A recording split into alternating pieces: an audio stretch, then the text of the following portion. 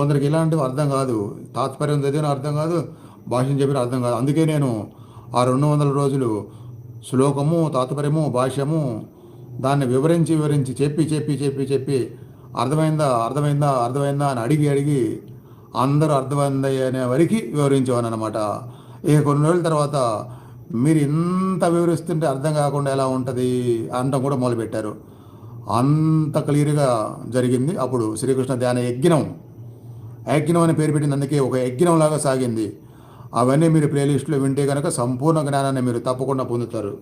ఇప్పుడు లాగా కాదు, అప్పుడు చెప్పింది ప్రతి లైను వివరించి వివరించి దాని అర్థము, ఆ అర్థం చెప్పిన తర్వాత దాన్ని మనం ఎలా ప్రాక్టికల్గా పొందగలం అనేది కూడా వివరిస్తూ చెప్పడం జరిగింది. అప్పుడు సాధన చేయిస్తూ